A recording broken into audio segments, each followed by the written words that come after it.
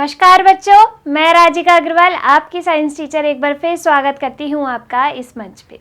चलिए जो है जुड़ चुके हैं आज की क्लासेस से हम, और आज हम करने वाले हैं जंतु विज्ञान का एक शॉर्ट एक्सपेरिमेंट, एक लघु प्रयोग जिसका नाम है स्तनी के भ्रूणीय परिवर्धन की मॉरूला अवस्था का अध्ययन करना।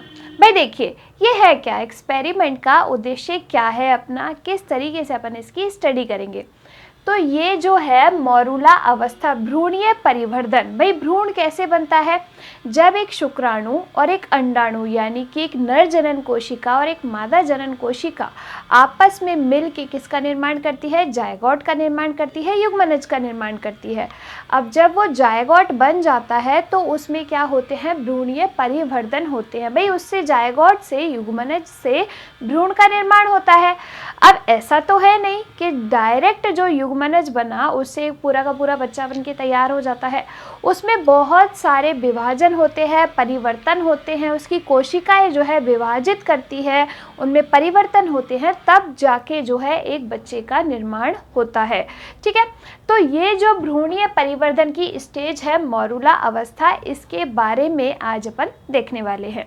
इसकी जो है प्रिपेयर्ड स्लाइड हम लेते हैं और प्रिपेयर्ड स्लाइड में देखेंगे कि ये भ्रूणीय परिवर्धन की कौन सी स्टेज है, तो उसको किस तरीके से आइडेंटिफाई करेंगे। चलिए देखिए इधर, पहचान स्तनी के भ्रूणीय परिवर्धन की मॉरूला अवस्था जो है अपन को ज्ञात करनी है। देखिए, जो एक नर जनन कोशिका होती है, जैसे एक है नर जनन कोशिका। अब नर जनन कोशिका क्या है अपनी, ये होती है नर जनन कोशिका शुक्राणु। क्या होती है, शुक्राणु होती है। और एक होती है मादा जनन कोशिका। कौन सी, एक होती है अपनी मादा जनन कोशिका, मादा जनन कोशिका। और ये कौन सी होती है, ये होती है अपनी अंडाणु। ठीक है, अंडाणु। अब जब निषेचन की प्रक्रिया होती है तो निषेचन की प्रक्रिया में क्या होता है, ये शुक्राणु और अंडाणु आपस में मिलके युग्मनज का निर्माण करते हैं। किसका, युग्मनज का निर्माण करते हैं, जिसे अपन क्या कहते हैं, जायगोट कहते हैं। ठीक है बच्चे लोग, अब इस जायगोट में क्या होता है, इस युग्मनज के अंदर विभाजन होते हैं, इसकी कोशिकाएं जो है विभाजित होती है और क्या करती है, वृद्धि करती है। ये जो मॉरूला स्टेज है सबसे पहले बनती है जब युग्मनज से किसका निर्माण होता है, भ्रूण का निर्माण होता है। तो सबसे पहले कौन सी स्टेज बनती है, मॉरूला। फिर मॉरूला से क्या बनता है, ब्लास्टूला बनता है, और फिर ब्लास्टूला से जो है गैस्ट्रूला बनता है। ठीक है, तो मॉरूला जो स्ट्रक्चर होगी वो कैसी दिखती है, ऐसे फुटबॉल लाइक स्ट्रक्चर दिखती है। कैसी, ऐसे फुटबॉल के जैसी संरचना दिखती है, उसे अपन कहते हैं मॉरूला। ठीक है, तो देखिए, ठोस गेंद के समान दिखाई देने वाली बहुकोशिकीय गोल संरचना है। बहुकोशिकीय जो है गोल संरचना है। बहुकोशिकीय का मतलब क्या होता है बच्चे लोग, यानी कि एक से ज़्यादा कोशिकाएं हैं। तो ये कैसी संरचना है, बहुकोशिकीय संरचना है। इसमें जो कोशिकाओं की संख्या होती है वो कितनी होती है, 16 होती है। कितनी होती है, 16 इसमें कोशिकाओं की संख्या यानी कि सेल्स की संख्या होती है। इसकी संरचना का निर्माण 3 दिन में कंप्लीट होता है। अब ये मॉरूला जो स्टेज होती है वो कहाँ पे बनती है, मतलब भ्रूण की ये जो अवस्था है वो कहाँ बन जाती है। तो देखो, जब शुक्राणु आता है अंडाणु के पास, तो शुक्राणु अंडाणु के पास जब ट्रेवल करके आता है तो फैलोपियन ट्यूब में वो किसका निर्माण करता है, युग्मनज का निर्माण करता है। फिर युग्मनज का निर्माण होके किसका निर्माण हो गया, अपने भ्रूण का। उसमें क्या हुई, विभाजन हुए, विकास हुआ, वृद्धि हुआ। तो फैलोपियन ट्यूब के अंदर ही ये मॉरूला स्टेज जो है वो बन जाती है। तो देखिए, इस संरचना का निर्माण कहाँ पे होता है, फैलोपियन ट्यूब में होता है।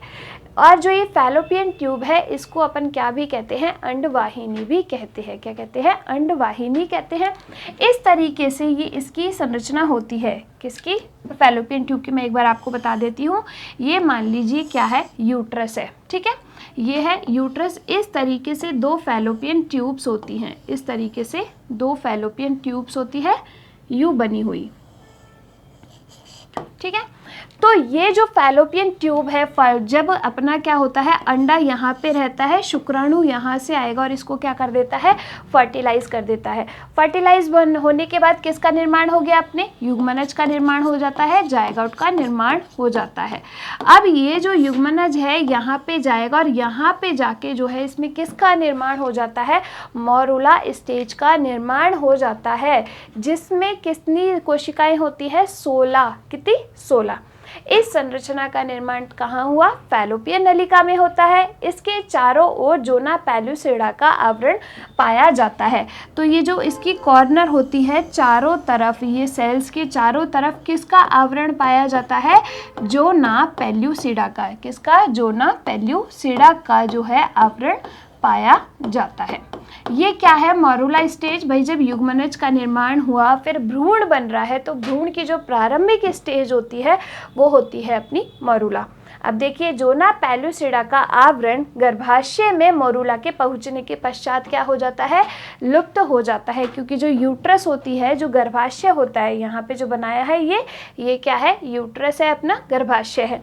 यहाँ पे ये जो अपना भ्रूण है, यहाँ पे जब इम्प्लांट होता है तो वो किससे जुड़ा रहता है, प्लेसेंटा से, अपरा से जो है माता के गर्भ में जुड़ा रहता है। उसी के थ्रू वो क्या करेगा, सारा श्वसन की प्रक्रिया होगी, उत्सर्जन की प्रक्रिया होगी, ब्लड की जो भी सर्कुलेशन की प्रक्रिया होगी वो किसके द्वारा होती है, यहाँ पे प्लेसेंटा यानी कि अपरा के, जिसके द्वारा जुड़ा रहता है बच्चा माँ के साथ, उससे होती है। ठीक है, तो आ गई मॉरूला स्टेज समझ में कि क्या अवस्था होती है, कैसी दिखती है। इस टाइप से एक फुटबॉल के जैसी संरचना, एक गेंद के जैसी संरचना अपन को दिखेगी, और ऐसी संरचना दिखते ही, ऐसी स्लाइड दिखते ही अपन पहचान लेते हैं कि ये जो स्टेज है वो कैसी है, अपनी मॉरूला स्टेज है। ठीक है भाई, तो चलिए एक बार जो है अपन इसको प्रिपेयर्ड स्लाइड के अंडर जो है देख लेते हैं।